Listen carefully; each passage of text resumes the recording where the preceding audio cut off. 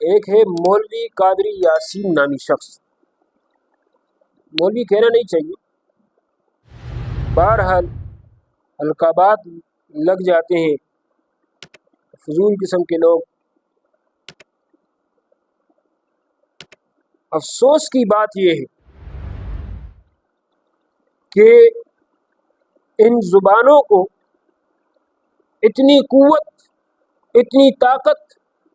اتنی جرت کہاں سے ملتی ہے کہ یہ صحابہ کرام رضوان اللہ اجمعین کے خلاف بات کرتے؟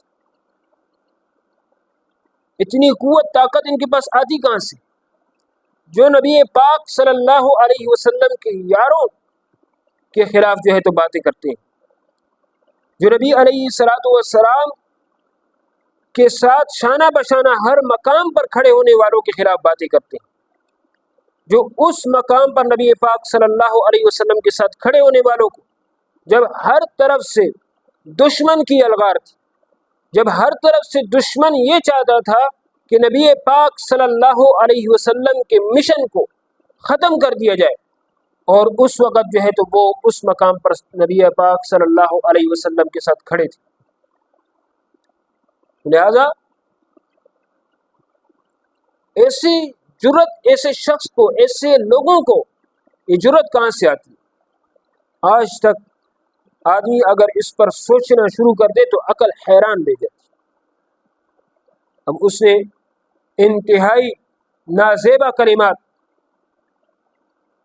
داماد رسول، ایک نہیں دوہرا داماد رسول حضرت عثمان غنی، عثمان ذو النورین رضی اللہ تعالی عنہ، جس کا غم نبی پاک صلی اللہ علیہ وسلم کو دیکھنا برداشت نہ ہوا، ان کی ایک بیٹی فوت ہوئی تو میں تجھے غمگین دیکھتا ہوں، پھر ان کی جو ہے تو اس میں دوسری اپنی بیٹی دے دی نکاح میں، تو میرے پاس ایک ہی سعادت تھی کہ میں آپ صلی اللہ علیہ وسلم کا داماد تھا اور آپ صلی اللہ علیہ وسلم کی بیٹی میری نکاح میں تھی، اب وہ نہیں، تو لہٰذا نبی پاک صلی اللہ علیہ وسلم نے اپنی دوسری بیٹی کا نکاح بھی ان سے کرا دیا۔ وہ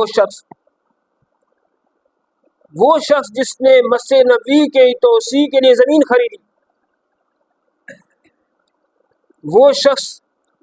جس کے لیے بیعت رضوان ہوئی، آج ایک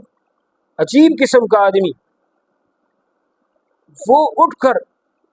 ان کے خلاف باتیں کرتا ہے، ان کے ناموس پر انگلیاں اٹھاتا ہے، ان کی عزت کو اچھالتا ہے،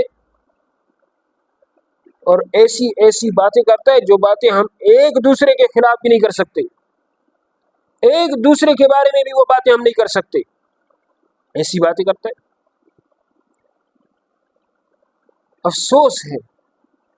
اور افسوس در افسوس ہے ایسی ذہنیت پر، ایسی سوچ پر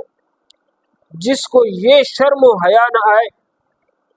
کہ وہ شخص جو نبی پاک صلی اللہ علیہ وسلم کا دوہرا داماد ہے اس کے خلاف زبان کیسی کھولے، جس کو یہ شرم نہیں آئی کہ صحابہ کرام رضوان اللہ اجمعین بیعت کر رہے تھے تو عثمان رضی اللہ تعالیٰ عنہ مقام پر موجود نہیں، نبی علیہ الصلوۃ والسلام اپنا دوسرا ہاتھ اٹھا کر کہتے ہیں یہ عثمان کا ہاتھ ہے، یہ عثمان کا ہاتھ ہے، اپنا دوسری ہاتھ کی نسبت حضرت عثمان رضی اللہ تعالیٰ عنہ کی طرف نبی پاک صلی اللہ علیہ وسلم کر دے، اور پھر کوئی شخص اٹھ کر اس عثمان کے خلاف بات کرے۔ افسوس ہے، افسوس۔ جس وقت افواہ اڑائی گئی اور افواہ میں یہ بات کہ حضرت عثمان رضی اللہ تعالیٰ عنہ شہید کر دیے گئے، نبی پاک صلی اللہ علیہ وسلم نے بیعت لی، سب سے بیعت لی کہ جس وقت تک عثمان کے خون کا بدلہ نہیں لے لیتے ہم یہاں سے نہیں جائیں گے۔ تو اللہ رب العزت نے یہ آیات نازل فرمائی، لقد رضی اللہ عن المؤمنین، تحقیق اللہ مومنین سے راضی ہوا، صحابہ اکرام رضوان اللہ اجمعین کو رضا کا سرٹیفکیٹ جو ملتا ہے اللہ رب العزت کی جانب سے، عثمان غنی رضی اللہ تعالیٰ عنہ کی خاطر بیعت کرنے کی وجہ سے ملتا ہے،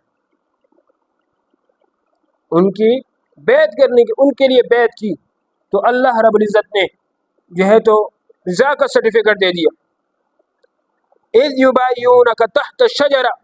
جس درخت کے نیچے ان کے لیے بیعت ہوئی اس درخت کا تذکرہ بھی کر دیا۔ فعلم ما فی قلوبہم، کہا کہ ان دلوں کا بھی میں نے امتحان لیا ہے۔ فانزل السکینۃ علیہم واثابہم فتحا قریبا، پھر اتارا ان پر اطمینان اور انعام دیا ان کو فتح کا۔ لہذا اور پھر فرمایا ید اللہ فوق ایدیہم، اللہ کا ہاتھ ان کے ہاتھوں پر ہے۔ لہذا یہ بات ہے جس کے لیے اللہ تعالیٰ اپنے ہاتھ کی نسبت جس کی طرف کر دے وہ عثمان، اور پھر کوئی شخص